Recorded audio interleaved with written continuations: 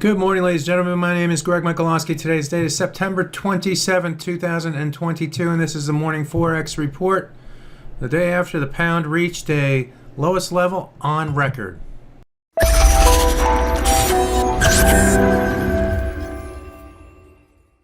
We are seeing a rebound today. The U.S. dollar is not king today, but we are seeing some decrease in the U.S. dollar. We're also seeing some movements higher in stocks.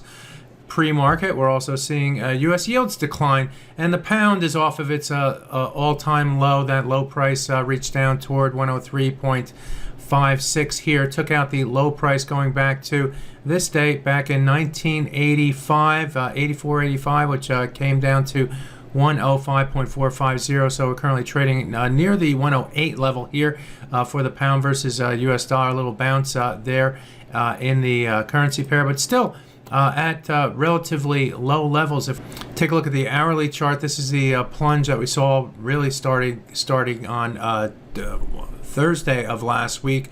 Friday moved down. Monday even sharply more to the downside, down to the 103.53 type area. Here's the 105.45 level. We traded above and below it during yesterday's trade. Initially came down to it and then fell with lots of momentum to the downside, and then traded above and below it here before rallying all the way up toward the 109 level before moving back to the downside into the close yesterday.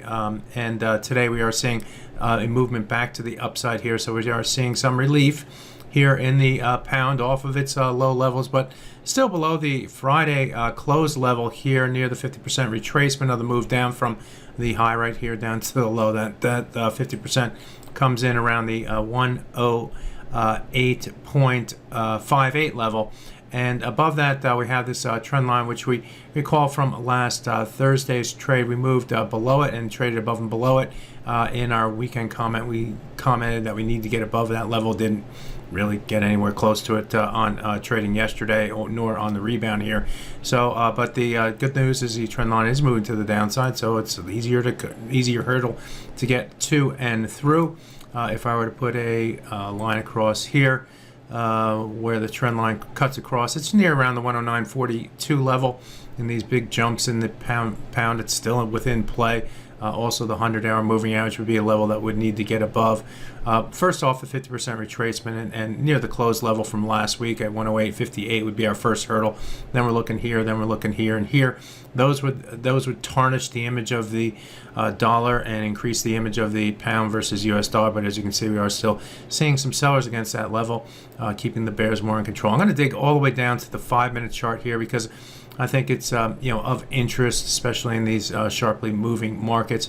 And you see the rebound here off of yesterday's low, and we came down right around the 50% retracement level. So that sort of keeps the buyers in the short term a little bit more in play. In fact, we held the 50% in the Asian session here today, moved above the 100 and 200 bar moving averages. As you can see over this consolidation here that we've seen into the New York session, we've seen some the 100 and 200 start to move closer to it.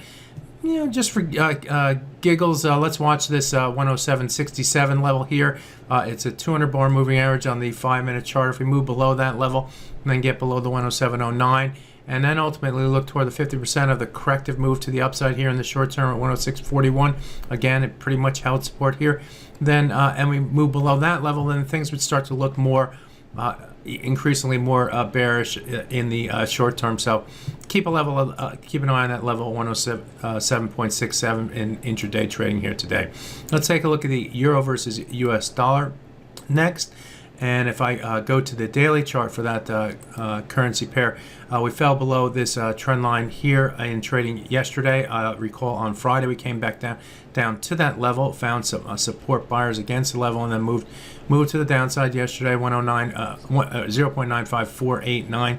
Traded above and below it here today, and came into this swing area here. Now recall again from the weekend video. The dollar is king video, going all the way back to this area right here in June to October of 2002. The market bottom came right in this area between the 0.966 area up to 0.9708. it's actually 6.2 to 0.708. And if here I'm moving back to the hourly chart. So this area, this yellow area right here is the area from the June to October of 2002. And you can see that off the corrective move yesterday, the market moved within that area and stayed below the 107.08 level. Okay, we found early sellers against that level, pushed the price to the downside, and trading today, we moved back into the area briefly at 0.9662, and again fell off. So, folks, if we're going to go higher, we need to get above this 62 level, then the 38.2 of the move down from Thursday's high, then the top side at 97.08. Those are the things that would tarnish the bullish, the dollar is king's crown. Okay, I'm going to talk about that theme, and these are things that we as traders have to pay attention to because the trend has been to the upside here for the dollar, to the downside in the euro. That's increasing of the dollar's value, and so we need to see those things. The buyers of the euro versus US dollar take the price above certain technical levels, and we outline that area between 62 and 97.08 in the weekend video. And I mean it. We need to get above it and stay above it in order to get to tarnish the crown of its dollar bullishness. All right, so that's those are levels in the euro versus US dollar. Take a look at the dollar versus yen. This is a daily chart, and we did move in last week's trading. We saw the price move above that level, saw the intervention come in, and above that level, I meant the 145 level. That was a high right here, the high right here. Intervention day here sent the price down, and in the rebound back to the upside, we came up to a high yesterday that saw the pair move up to 144.78. In trading here today, we went up to 144.725. So again, that 145 level is a level that's in our what we've been thinking about. Why? Because that the Bank of Japan came in and said, no mas, no more. We're not going to go up any further. You tried to take it up here on the Bank of Japan news and last week, and the Bank of Japan came in and said, no, we're not going to allow the dollar versus yen move higher, even though they're not doing anything on the interest rate side, and they come in and they intervene in the currency market. So it's kind of, I don't know, they're playing both games at the same time.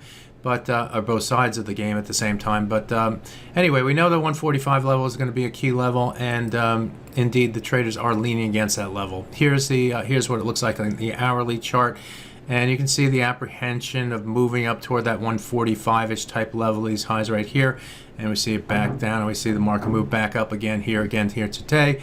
And we are trying to trade back above this old trend line here. We'll see if the price can stay above that level, above the 55 level, which is also a swing low area, swing low, all these levels in here. You can see all the highs and lows in between here that outline this swing area. So watch the 144.455 level on the downside. If we can stay above it, then maybe we make a run toward the 145 level, and then we'll see what happens there. Finally, I want to take a look at the dollar versus Canada. This currency pair moved above its 50% retracement last week. I outlined that, and above this swing area through here. This is the September high. So just imagine this yellow area going up to this line right here, and we saw the price move even higher. We went above the 2019 high toward the close of last week, and in trading yesterday, or our low price here this week so far, dipped a little bit below that level, 135.68, and we're back above the 61.8% retracement, above the 2018 high here, which is right around the 61.8. This comes in at 136.63. So this is our close risk level here for the buyers in the dollar versus Canada. If we stay above it, it's more bullish. If we move below it, it may trigger some more corrective action. Here's what it looks like on the weekly chart, actually, and our next target on the top side comes in at 138.548. That represents these lows, these swing lows on the weekly chart going back to 2020 here, 138.54A. Keep that level in mind on the top side, and then digging down all the way to the hourly chart. The view here is an extension above the top side trend line. That was a acceleration of the trend. We weren't able to get and stay above that level, so we started to move down yesterday and close below that level and move lower in trading here today, back down to our lower trend line.